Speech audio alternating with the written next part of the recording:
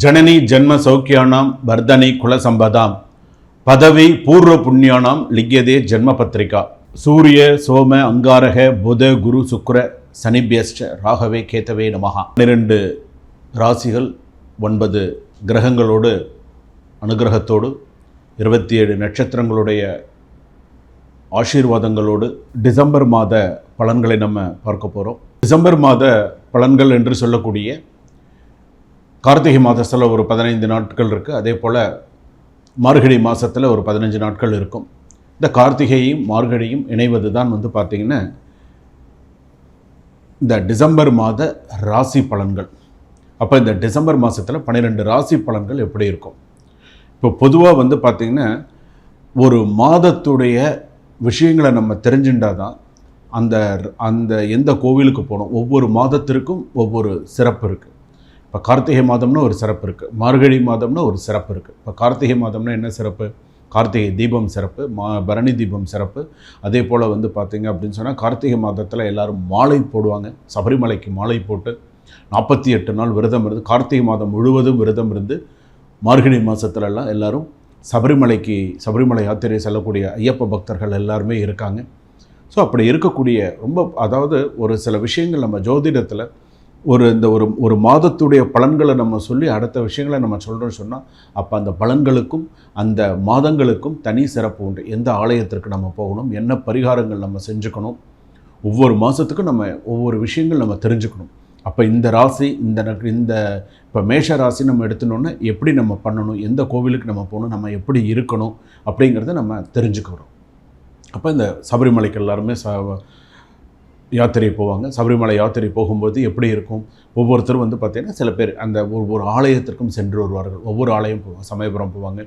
அதே போல் பார்த்திங்கன்னா ராமேஸ்வரம் போகக்கூடியவர்கள் இருப்பாங்க. ஒவ்வொருத்தரும் ஒரு ஆலயங்களை தொட்டு தேனி போகும்போது தேனி பக்கத்தில் இருக்கக்கூடிய சில சிவாலயங்கள் அந்த மாதிரி இருக்கக்கூடிய கோவில்களுக்கு அப்படியெல்லாம் கோவில்களுக்கெல்லாம் போகும்பொழுது உங்களுடைய ராசிக்கான கோவில்கள் அப்படி அது போகும் வழியில் வருது அப்படின்னு சொன்னால் அந்த ராசிக்கான கோவிலை நீங்கள் டச் பண்ணி போனீங்கன்னா ரொம்ப சிறப்பு.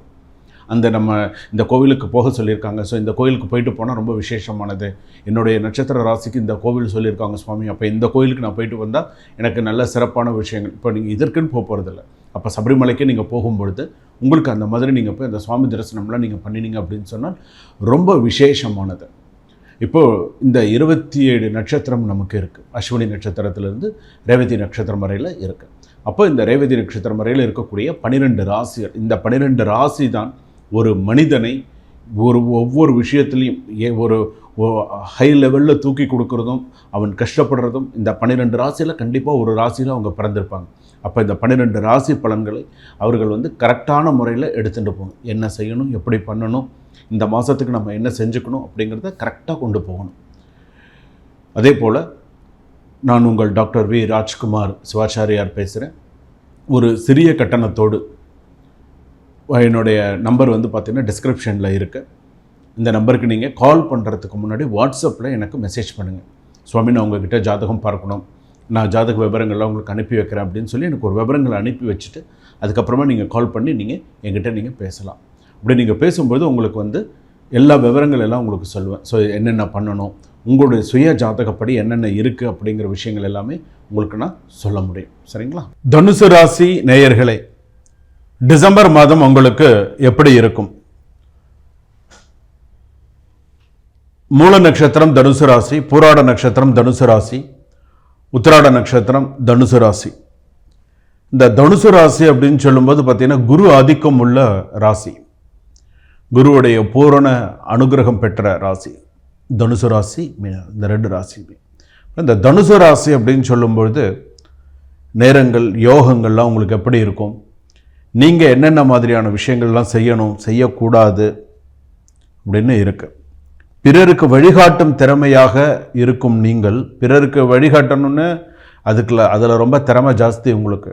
ஆனால் உங்களுக்குன்னு வரும்பொழுது நிறைய ஏமாற்றங்களும் மனசஞ்சலங்களும் நிறையா இருக்குது. அது எதில் விஷயத்தில் வருதுன்னா வேலை விஷயத்துலேயும் வருது, திருமண விஷயத்துலேயும் உங்களுக்கு அந்த மனசஞ்சலங்கள் வருது. எதிர்பார்த்த திருமணம் சமயத்தில் நடக்காத போது நமக்கு ரொம்ப கஷ்டமாக இருக்கும். தனுசு ராசி பொறுத்தளவுக்கு நான் இப்போ இவங்களை கல்யாணம் பண்ணிக்கணும்னு விருப்பப்படுறேன் அப்படின்னு சொல்லும்போது அது நடக்காத போது மனசுக்கு எவ்வளோ சங்கடம் இருக்குமோ அதெல்லாம் இருக்கும். அதே போல் வந்து பார்த்திங்கன்னா பிறருக்கு உதவி செய்வதில் கூட வந்து பார்த்திங்கன்னா முன்னிலை வகிப்பவர்கள் நீங்கள். யாருக்கோ உதவி செய்யணுன்னா ஓடி போய் உதவி செய்வீங்க. கொஞ்சம் கூட மனம் தளராமல் நம்ம அவ்வளோ தூரம் போகணுமேலாம் நினைக்காம உடனே போய் ஒவ்வொருத்தருக்கும் உதவி வந்து செய்வீங்க. அந்த அளவுக்கு உங்களுக்கு உண்டு. நெருக்கடி விலகும் நேரம். நெருக்கடியெல்லாம் அதிகமாக இருக்கக்கூடிய சில அந்த விலலாம் நீங்கக்கூடிய நேரம். நெருக்கடி வந்து விலகக்கூடிய நேரம். அடுத்ததாக தொழில் சார்ந்த பிரச்சனை தீரும். தொழிலில் போட்டி பொறாமைகள், தொழில் சார்ந்த பிரச்சனைகள் தீரும். விவசாயிகள் தங்கள் தொழிலில் கவனம் தேவை. விவசாயிகள் சம்பந்தப்பட்டவர்கள் உங்களுடைய விஷயத்தில் ரொம்ப கவனமாக நிதானித்து ஒரு பணம் முதலீடு பண்ணும்பொழுது கூட யோசித்து செய்யுங்க. வழக்கறிஞர்களுக்கு நல்ல காலம், நல்ல சிறப்பான ஒரு சூழ்நிலை இருக்கும். காவல்துறையில் இருக்கக்கூடிய நண்பர்கள் உங்களுடைய உத்தியோகத்தில் மிகுந்த கவனத்தோடு இருக்கணும். தேவையில்லாத அவப்பெயர்கள் நிறையா வரும். கணவன் மனைவி ஒற்றுமை மேலோங்கும். சிறு சிறு வாக்குவாதங்கள் வந்து மறையும். வாகன சேர்க்கை உண்டு, இடமாற்றம் உண்டு, விரும்பிய இடமாற்றம் உண்டு. நான் இந்த இடத்துக்கு தான் போகணுன்னு விருப்பப்படுறவங்களுக்கு விரும்பிய இடமாற்றம் உண்டு. கணவன் மனைவி கவனத்துடன் பேசுவது நல்லது. நீங்கள் பேசும்போது கூட ஒருத்தர்கிட்ட பேசும்போது கூட என்ன பேசுகிறோம் என்ன சொல்கிறோன்னு கவனத்தோடு பேசுகிறது நல்லது. மனக்கசப்பு விலகும். மனசில் இருக்கக்கூடிய ஒரு கெட்ட விஷயங்கள்லாம் விலகும். காரிய தடை உண்டு. ஏதாவது ஒரு விஷயம் செய்கிறோம் அப்படின்னு சொன்னால் நிறைய தடங்கல்கள் வரும்.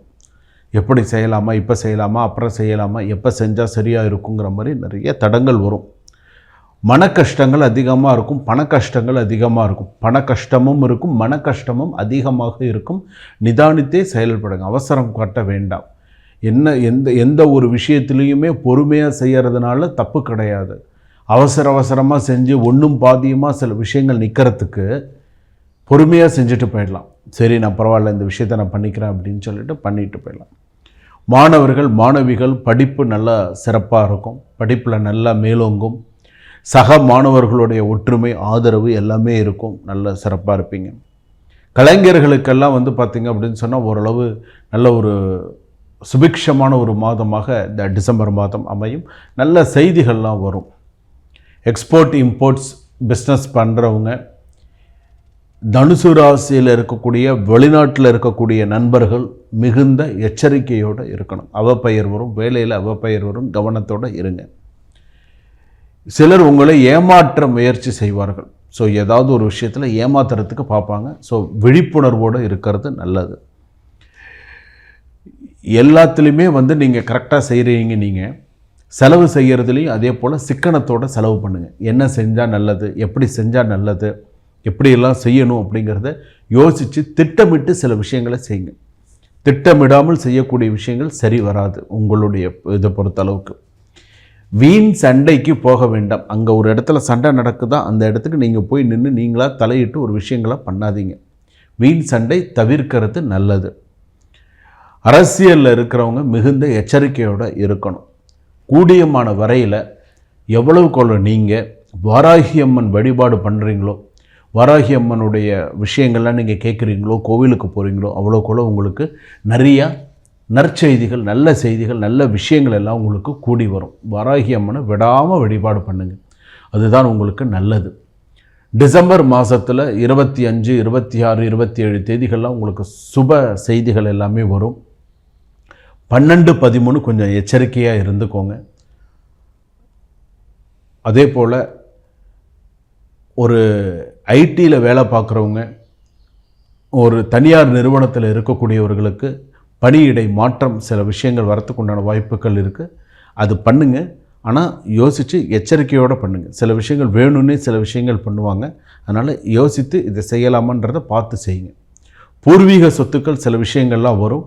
அதுலேயும் வந்து பார்த்திங்கன்னா நிறைய நல்ல சாதகமான சில விஷயங்கள், சாதகமான சில செய்திகள்லாம் வரும். சுபமாக இருக்கும். சரிங்களா? சுபம்.